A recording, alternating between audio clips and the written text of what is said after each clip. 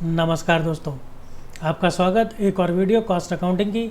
Chapter है job batch and contract accounting या costing. और अब इसके अंदर हमारा अगला क्वेश्चन है, ये कॉन्ट्रैक्ट अकाउंटिंग से रिलेटेड कुछ टर्म्स हैं जो आपने एक्सप्लेन करनी है। काफ़ी इम्पॉर्टेंट है क्योंकि इनके ऊपर वो शॉर्ट नोट्स पूछ लेता है कोई सी भी 2 या 3 आइटम के ऊपर। तो ये है कॉस्ट प्लस, एक्स्ट्रा, सब contract, escalation, work certified, work uncertified, profit. और अगर आप इसके प्रैक्टिकल करना चाहते हैं कॉन्ट्रैक्ट अकाउंट्स के, तो ये सारी टर्म्स आपको पता होनी चाहिए क्योंकि इनके ऊपर डिपेंड करता है कि आपके प्रैक्टिकल आपको समझ में आते हैं या नहीं आते। आइए देख लेते हैं। सबसे पहले हमारे पास है cost plus contracts. Cost plus contract सीधा सा मतलब है कि भाई आपकी जितनी भी कॉस्ट आई वो ले लो, फिर प्लस कर लो आप क्या, एक प्रॉफिट का शेयर, कोई भी एक परसेंटेज, मान लीजिए जैसे कि 20% ऑफ कॉस्ट, इस तरह से। और फिर इन दोनों को जोड़ दीजिए, इससे आपकी बन जाएगी सेलिंग प्राइस। इसका ये एक सीधा सा बेस है। आइए देखते हैं। Sometimes the contractor quotes a price to contractee. क्या देखिए, कॉन्ट्रैक्टर तो आप समझ गए है ना। बताइए कॉन्ट्रैक्टर कौन होता है? सेलर, सिंपल भाषा के अंदर। और कॉन्ट्रैक्टी कौन होता है? जो बनवा रहा है, तो वो हो गया हमारा बायर। तो सेलर बायर को एक प्राइस बताता है कि भाई ये प्राइस आपको पड़ेगा इस कॉन्ट्रैक्ट का। वो प्राइस कैसे बनता है? Cost price usually prime cost of the contract plus, ये आ गया ना प्लस। तो या तो पहले ले low cost price. Cost price ये रही आपकी सी, ये आपका कॉस्ट प्राइस है। फिर प्लस, फिर मैंने कहा ये plus a fixed percentage of profit, बस ये दोनों जोड़ दो, इससे आपका बन जाएगा कॉन्ट्रैक्ट का price. Such contracts are known cost plus contract, इसको बोलते हैं।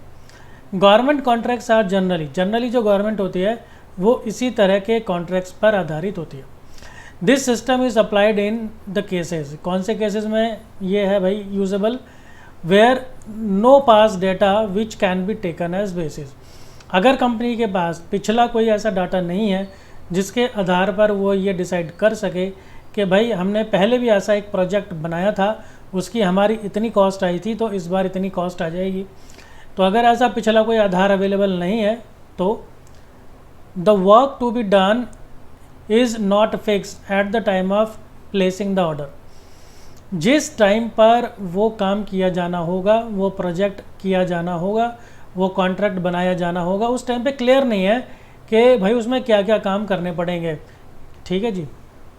तब the cost of production can not be ascertained in advance due to uncertain future prices of inputs. और फ्यूचर जो है वो इतना अनसर्टेन है, इतना ज़्यादा अनिश्चित है कि आप पता नहीं लगा सकते कि आपकी कॉस्ट कितनी आएगी, क्योंकि भविष्य में जो मटेरियल्स होंगे, जो लेबर होगा और बाकी सारे खर्चे होंगे, वो सब कितने कितने आएंगे ये आप अंदाज़ा नहीं लगा सकते। The main advantage of such contract is that the contractor does not have any risk, यानी कि कॉन्ट्रैक्टर का कोई रिस्क नहीं है लॉस उठाने का। इट प्रोटेक्ट्स हिम, उसकी रक्षा करता है from the risk of fluctuation in the material price and labour rates. अब इसके अंदर क्या होता है भाई कि अब रिस्क ख़त्म हो जाता है कॉन्ट्रैक्टर का। क्यों? क्योंकि जैसे जैसे अगर फ्यूचर में मटेरियल का प्राइस बढ़ गया, लेबर का प्राइस बढ़ गया, तो उस हिसाब से क्या होगा, उसका प्रॉफिट शेयर भी बढ़ जाएगा, क्योंकि जो प्रॉफिट शेयर का परसेंटेज है वो कॉस्ट पर ही डिपेंड करता है। चलिए अगला देखते हैं एक्स्ट्रा। ये एक्स्ट्रा कॉन्ट्रैक्टी कौन है भाई? कॉन्ट्रैक्टी है हमारा buyer. May require some additions और alterations to be made in the work originally agreed to be done under the contract। ऐसा भी हो सकता है कि जो कॉन्ट्रैक्टी है वो कहता है कि भाई मुझे कुछ एडिशंस कराना है या कुछ अल्ट्रेशंस करानी है या कुछ चेंजेस कराने हैं जो भी प्रोजेक्ट आपने तैयार करा है, बनाया है। The contractor will charge extra money in addition to the contract price for all such extra work. अब इस एक्स्ट्रा काम के लिए जो कॉन्ट्रैक्टर है वो कुछ एक्स्ट्रा मनी चार्ज करेगा, सिंपल सी बात है। Frequently a charge for extra work is made on cost plus basis, और ये जो एक्स्ट्रा चार्ज होगा तो ये कॉस्ट प्लस के बेसिस के आधार पर ही होगा जो हमने अभी ऊपर पढ़ा। If therefore becomes necessary to maintain separate records for all such extra work done, तो इसलिए क्या करना चाहिए कि ये जो अलग से काम हो रहा है ना, एक्स्ट्रा काम हो रहा है, इसके भी अलग से अकाउंट्स रखने चाहिए, रिकॉर्ड्स रखने चाहिए। इन case of extra work is not substantial, अगर एक्स्ट्रा वर्क बहुत ज़्यादा नहीं है, थोड़ा सा ही है, छुटपुट टाइप का ही है, the cost of such work can be charge to the original contract which may also be credited with the price charged for the extra work। तो फिर ये जो एक्स्ट्रा काम का खर्चा आया है इसे फिर अपने नॉर्मल वाले यानी ओरिजिनल वाले कॉन्ट्रैक्ट के प्राइस में ही जोड़ देना चाहिए, उसके लिए अलग से अकाउंटिंग करने की आवश्यकता नहीं है अगर जो एडिशनल वर्क है वो बहुत थोड़ा सा है। हाउएवर, यद्यपि separate account should be maintained, आपको अलग से अकाउंट ज़रूर मेंटेन करना चाहिए एक्स्ट्रा काम के लिए, अगर ये सब्सटैंशियल है तो, यानी अगर ज़्यादा काम हुआ है एक्स्ट्रा में तो उसके ज़रूर अलग से अकाउंट रखने चाहिए। आइए देखते हैं अगला टॉपिक क्या है। ये भी मैं देखिए आपको बता चुका हूँ सब कॉन्ट्रैक्ट क्या होता है, फिर बता देता हूँ। The contractor may interest some portion of the work to be done under the contract to a sub contractor. एक कॉन्ट्रैक्टर जो है वो एक काम के हिस्से को एक किसी दूसरे कॉन्ट्रैक्टर को दे सकता है, यानी कॉन्ट्रैक्टर ने आगे कॉन्ट्रैक्ट दे दिया कोई एक पर्टिकुलर हिस्सा या काम करवाने के लिए, उसी को बोलते हैं सब कॉन्ट्रैक्टर। जैसे मैंने आपको बताया था कि ये एक पर्सन है और इसके पास मेन कॉन्ट्रैक्ट है, इसने एक बिल्डिंग बनाई, लेकिन इसने क्या करा, इसने जो इलेक्ट्रिसिटी वाला काम था वो उसने एक अलग बंदे को दे दिया। इसी तरह से जो पेंट करने का काम था वो इसने एक अलग बंदे को दे दिया। तो ये क्या हो रहा है, ये हो रहा है सब कॉन्ट्रैक्ट, ये है सब कॉन्ट्रैक्टर और ये है कॉन्ट्रैक्टर। ठीक है जी। Usually work of a specialized nature, for example steel का काम कराना है, कोई स्पेशल फ्लोरिंग का काम कराना है, इलेक्ट्रिसिटी की फिटिंग करानी है, वाइट वॉशिंग करानी है, कुछ भी इस तरह से, is done by sub contractors who are responsible to the main contractor. और ये जो छोटे छोटे कॉन्ट्रैक्टर हैं सब कॉन्ट्रैक्टर, ये मेन कॉन्ट्रैक्टर के प्रति जिम्मेदार रहेंगे, रिस्पॉन्सिबल रहेंगे। The cost of such sub contracts is a direct charge against the contract for which the work has to be done. और ये जो इनका खर्चा आएगा ना सब कॉन्ट्रैक्ट का खर्चा, ये सब डायरेक्ट एक्सपेंस है, इनडायरेक्ट एक्सपेंस नहीं है। आइए देखते हैं अगला टॉपिक हमारे पास क्या है। ये है एस्केलेशन क्लॉज। ये काफ़ी इंपॉर्टेंट है भाई, ये बहुत बार पेपर के अंदर पूछा जाता है। Escalation clause is usually provided in the contract as a safe guard against any likely changes in the price और utilization of material and labour. जैसे मैंने आपको बताया कॉन्ट्रैक्ट जो होते हैं वो कई कई सालों तक चलते हैं, एक साल से ज़्यादा तक चलते हैं। कोई भी ब्रिज या पुल है, नहर है, कोई बड़ी बिल्डिंग है, अब जैसे सेंट्रल विस्टा बनना है हमारी ये राष्ट्रपति भवन के पास, तो ये कोई एक आध साल का काम थोड़े ना, कई सालों का काम है। तो इसमें क्या होता है, जब आगे फ्यूचर में जाते हैं तो वहाँ पर जो है इनपुट्स के प्राइसेस बढ़ जाते हैं, लेबर महंगी हो गई, मटेरियल महंगा हो गया, ऑब्वियस है। तो जो एस्केलेशन क्लॉज होता है ये एक सेंटेंस होता है एग्रीमेंट के अंदर, वो जो सेंटेंस है वो एक सेफ गार्ड का काम करता है कॉन्ट्रैक्टर के लिए कि भाई अगर फ्यूचर में इन चीज़ों के प्राइसेस बढ़ गए तो मैं भी अपने प्राइसेस बढ़ा दूंगा इस लिमिट तक, ऐसा होता है। The clause provides that in case price of items of a raw material. Clause जो होता है ना वो एक सेंटेंस होता है, जैसे आप लिखते हैं ना, जैसे ये पूरा एक क्लॉज हो गया कि भाई एक नियम हो गया, एग्रीमेंट के अंदर लिखा जाएगा ये क्लॉज नंबर ये 5, क्लॉज नंबर 7, क्लॉज नंबर 10, ऐसे जो पॉइंट वाइज लिखे होते हैं उनको क्लॉज बोलते हैं। और उसके अंदर लिखा होता है कंडीशंस, अगर ऐसा हुआ तो ऐसा होगा, ऐसा हुआ तो ऐसा होगा। So the clause provides that in case price of items of raw material, labor etc, अगर इनके prices specified in contract changes during the execution of the contract, अगर इन चीज़ों के प्राइसेस बढ़ गए बियॉन्ड अ स्पेसिफाइड लिमिट, वैसे change है यहाँ पे, ठीक है, चेंज का मतलब घट भी सकते हैं बढ़ भी सकते हैं, beyond a specified limit over the prices prevailing eight the time of signing the agreement. अगर एग्रीमेंट साइन करते हमने जब करा तब तो प्राइसेस कुछ और होंगे, लेकिन फिर जब प्रोजेक्ट चल रहा है, बन रहा है, और उस टाइम पर इनपुट्स के प्राइसेस में अगर इस लिमिट से ज़्यादा चेंज आ गया तो जो कॉन्ट्रैक्ट का प्राइस है वो भी उसी हिसाब से चेंज हो जाएगा। ये यहाँ पर कोमा लगाइए, फुल स्टॉप नहीं है। The contract price will be suitably adjusted, तो जो कॉन्ट्रैक्ट का प्राइस है फिर वो भी चेंज हो जाएगा। The terms of the contract specify the procedure for the calculating such adjustment in order to avoid all future disputes. भविष्य में कोई किसी प्रकार का कोई डिस्प्यूट ना हो, बहस ना हो, लड़ाई झगड़ा ना हो, तो इसके लिए प्रोसीजर भी बताया जाता है कि ये जो एडजस्टमेंट होगा ये कैसे होगा, ये जो रिकैलकुलेशन होगी वो कैसे होगी। Thus such a clause safe guards the interest of both the contractor and the contracting. तो इसलिए ये दोनों के हितों की रक्षा करता है। ये जो क्लॉज है ये कॉन्ट्रैक्टर और कॉन्ट्रैक्टी दोनों के लिए फ़ायदेमंद है, दोनों को रक्षा करता है, दोनों के हितों की, दोनों के इंटरेस्ट की, इन case of fluctuation in the prices, अगर प्राइसेस के अंदर चेंजेस आते हैं तो। चलो भाई ये भी हो गया। अब देखते हैं हमारा अगला टॉपिक भाई, ये है वर्क सर्टिफाइड। इसे अगर आप नहीं समझेंगे तो आप प्रैक्टिकल कर ही नहीं सकते। प्रैक्टिकल करने में आपको बहुत दिक्कत होगी। आप कहेंगे भाई ये चीज़ कैसे होगी एकदम से, इसके लिए कोई नियम है क्या, इसके लिए कोई रूल है क्या। अब जो आगे है ना वो सारा का सारा मैटर ऐसे ही है। देखिए जैसे in case of small contract, अगर छोटा कॉन्ट्रैक्ट है, the contractee pays the contract price on the completion of the contract. तो फिर तो क्या है, छोटा कॉन्ट्रैक्ट है, जैसे मान लो 6-8 महीने का कॉन्ट्रैक्ट है, फिर तो जब वो कॉन्ट्रैक्ट पूरा हो गया फिर कॉन्ट्रैक्टी कॉन्ट्रैक्टर को पूरी पेमेंट कर देता है, यानी कि माल, यानी कि प्रोडक्ट, यानी प्रोजेक्ट कंप्लीट होने के बाद। But in case of large contract, अगर कोई लार्ज कॉन्ट्रैक्ट है, 1 साल से ज़्यादा का कोई कॉन्ट्रैक्ट है, तो क्या होगा, the system of progress payment is adopted. तो फिर प्रोग्रेस पेमेंट का जो सिस्टम है वो अडॉप्ट करा जाता है, उसको फॉलो किया जाता है। प्रोग्रेस पेमेंट का मतलब क्या है, जैसे जैसे थोड़ा थोड़ा काम पूरा होता जाएगा उसी तरह से थोड़ी थोड़ी पेमेंट होती जाएगी। The कॉन्ट्रैक्टी agrees to pay a part of the contract price from time to time depending upon satisfactory progress of the work. जैसे जैसे काम होता चला जाएगा उसी हिसाब से टाइम टू टाइम कॉन्ट्रैक्ट का जो प्राइस होगा उसकी पेमेंट होती जाएगी। The progress will be judged by the contractee's architect, surveyor और इंजीनियर। अब ये कौन डिसाइड करेगा कि भाई काम हो गया है, कितना हो गया है, और जितना काम हुआ है वो एग्रीमेंट के हिसाब से क्वालिटी वाइज सही हुआ है, तो इसके लिए एक सर्टिफिकेट होता है।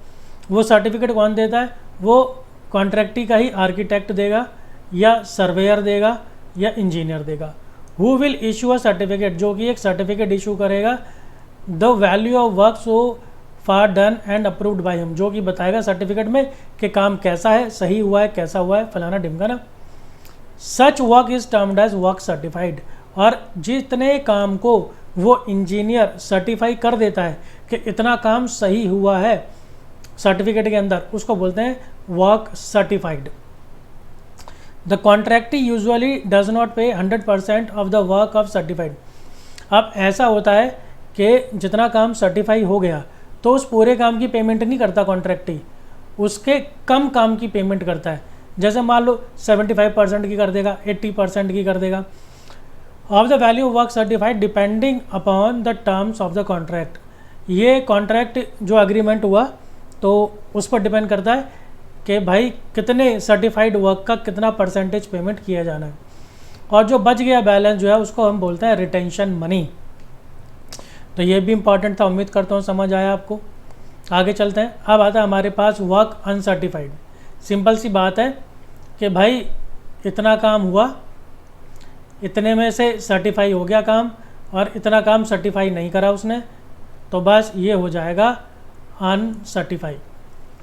It is quite possible that at the end of the period, ऐसा हो सकता है कि एक समय जो है वो ख़त्म होने के बाद अ part of the work done remains unapproved, कि जो इंजीनियर है उसने पूरा का पूरा काम अप्रूव नहीं करा है, because it has not reached a stipulated stage, क्योंकि वो काम लगभग पूरा नहीं हुआ है जहाँ तक हो जाना चाहिए था।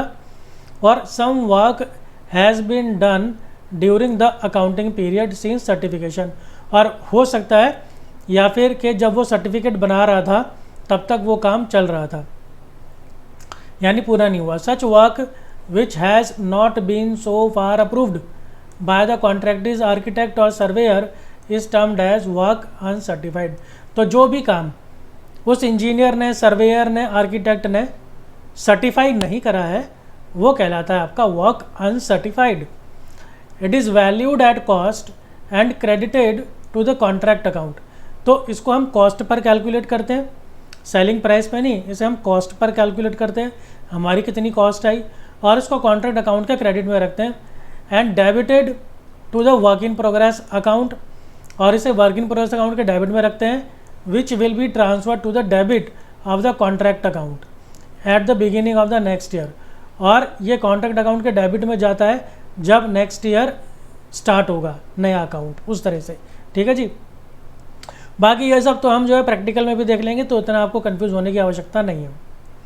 चलिए अगला, ये तो सबसे ज़्यादा इंपॉर्टेंट है भाई, इसको तो मैं दूंगा डबल स्टार, और बोलो तो ये लो 3 स्टार इंस्पेक्टर हो गया। ये प्रॉफिट ऑन इनकम्प्लीट कॉन्ट्रैक्ट सबसे ज़्यादा आता है, कि जो कॉन्ट्रैक्ट अभी हमारा पूरा नहीं हुआ है, कुछ टुकड़ों में ही कंप्लीट हुआ है, पूरा नहीं हुआ है अभी तक, उसमें प्रॉफिट की कैलकुलेशन कैसे होती है। ठीक है भाई।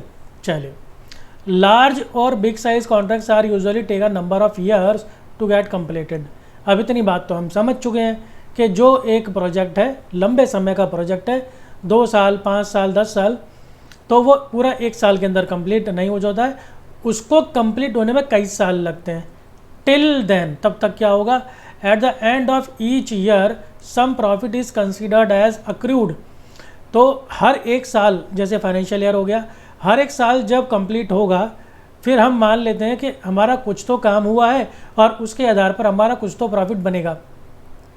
And is credited to P&L account for the year, और जितना प्रॉफिट बना है उसे हम उस साल के प्रॉफिट एंड लॉस अकाउंट में ट्रांसफ़र कर देते हैं। Applying the convention of conservatism, ये आपने 11th क्लास में अकाउंट्स में पढ़ा होगा, जहाँ पर हम पढ़ते हैं क्या प्रिंसिपल्स है ना, कन्वेंशंस, तो उसमें कन्वेंशन आती है convention of conservatism. Some proportion of the profits are taken into account on accrual basis. कुछ प्रॉफिट तो हम मान लेते हैं अक्रूवल बेसिस पे, यानी बस पैदा हो गया है ये प्रॉफिट, ठीक है, मिला नहीं है, पैदा हो गया इतना प्रॉफिट, कुछ तो हुआ ही है। Even in the earlier years, कुछ पिछले सालों में, क्योंकि काम तो अभी पूरा हुआ नहीं है, चल ही रहा है, तो जितना समय निकल गया है उतने समय के अंदर हम मान लेते हैं कुछ तो प्रॉफिट बना है। However the rules are applied. अब आपको कुछ रूल्स बताए जा रहे हैं, ये रूल्स बताए जा रहे हैं कि इन रूल्स के आधार पर आप कितना कितना प्रॉफिट एंड लॉस अकाउंट में ट्रांसफ़र करेंगे। सारा का सारा प्रॉफिट एंड लॉस अकाउंट में नहीं जाएगा। 2 हिस्से होंगे, एक हिस्सा जाएगा प्रॉफिट एंड लॉस अकाउंट में, और जो दूसरा हिस्सा हो जाएगा वो जाएगा रिजर्व अकाउंट में। तो कितना P&L में जाएगा, कितना रिजर्व अकाउंट में जाएगा, ये सिर्फ रूल यहाँ पर देखने वाली बात है।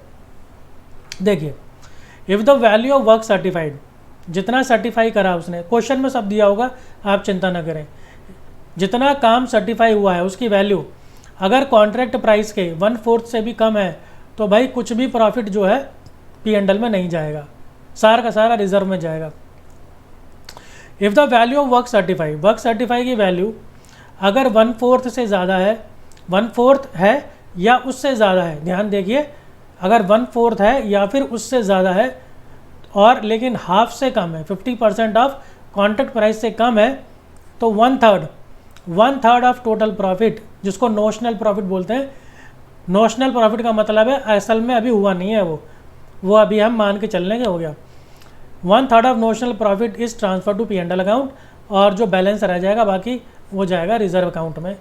कैसे कैलकुलेट होगा मैंने बता दिया। देखिए, ट्रांसफ़र टू P&L अकाउंट, ये है नोशनल प्रॉफिट, जो उस टाइम पर हमारे पास जो भी प्रॉफिट अवेलेबल होगा वो, उसका हम कर देंगे ये 1/3, इस वाले नियम के हिसाब से कर देंगे 1/3। फिर ये होती है कैश रेशो, इसको बोलते हैं बच्चों कैश रेशो।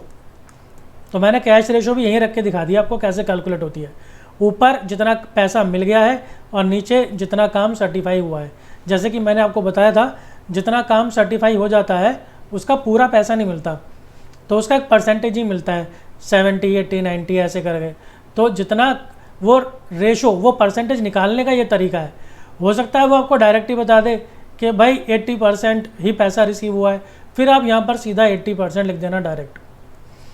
अगला नियम, आप अगर 50% से ज़्यादा है वर्क सर्टिफाई, और ये भी देखिए, ये भी आपको बहुत टीचर नहीं बताएंगे, but is not near completion, लेकिन जो आपका प्रोजेक्ट है वो कंप्लीट होने की कगार पे नहीं है, अभी उसको कंप्लीट होने में समय लगेगा, तो भाई आप क्या करेंगे, तो आप करेंगे 2/3, सब कुछ वही है, नोशनल प्रॉफिट, फिर ये हो जाएगा 2/3, ये सेम है, ये सेम है।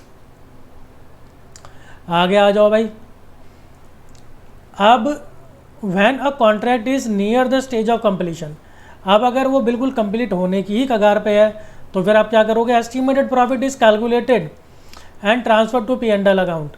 तो क्या होगा भाई, ये रहा एस्टिमेटेड प्रॉफिट, ये फिर ये वर्क सर्टिफाइड आ जाएगा, फिर ये कॉन्ट्रैक्ट प्राइस आ जाएगा, और ये बाकी ये सेम है। चेंज क्या आया कि पहले ये जो डिसाइड कर रखा था ना पहले से रेशो, अब वो रेशो यहाँ पर कैलकुलेट करके देखेंगे एक्चुअली क्या है कि ये जो रेशो है 2/3 ये भी इसी से ही आती है, तो अब यहाँ पर करके देखेंगे एक्चुअल में क्या बना। Whenever there is a loss, अगर लॉस आया तो क्या करेंगे, on incomplete contract it is transfer to P&L account in full amount irrespective of the degree of completion of the contract. बेटा अगर आपको लॉस होता है तो आप कुछ मत देखिए कि कितना काम हुआ है कितना काम नहीं हुआ है, सारा का सारा जो है आप P&L अकाउंट में ट्रांसफ़र कर दीजिए, सिंपल है, कुछ करना ही नहीं। आइए अब देख लेते हैं भाई साहब कि ये होता क्या है, ये कॉन्ट्रैक्ट अकाउंट। तो यहाँ पर मैंने आपको कॉन्ट्रैक्ट अकाउंट का फॉर्मेट आपको यहाँ पर मैंने बताया है, इस तरह से ये डेबिट क्रेडिट की फॉर्म में बनता है क्योंकि ये अकाउंट है।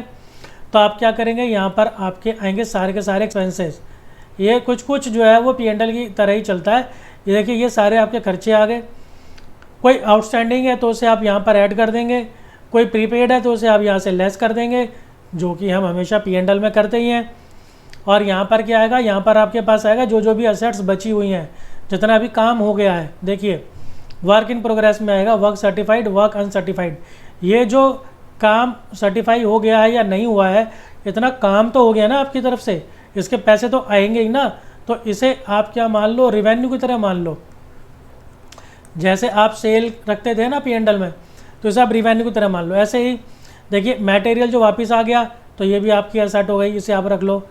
फिर जो प्लांट है आपकी साइट पे बचा हुआ है, इस प्लांट की कैलकुलेशन भी आपको करनी होती है। भाई इतना प्लांट आपने लगाया, उसमें से डेप्रिसिएशन माइनस कर दो, और अगर कुछ लॉस हो गया, खो गया, बर्बाद हो गया, टूट फूट हो गया है, वो भी आप माइनस कर दो। इसे एडजस्ट करके आप यहाँ पर लिख दो, तो ये सारा का सारा गया, या तो रेवेन्यू या आपके पास असेट्स बची हैं, इसमें से आप ये सारे खर्चे माइनस कर दो, ये आपके पास प्रॉफिट आ जाता है।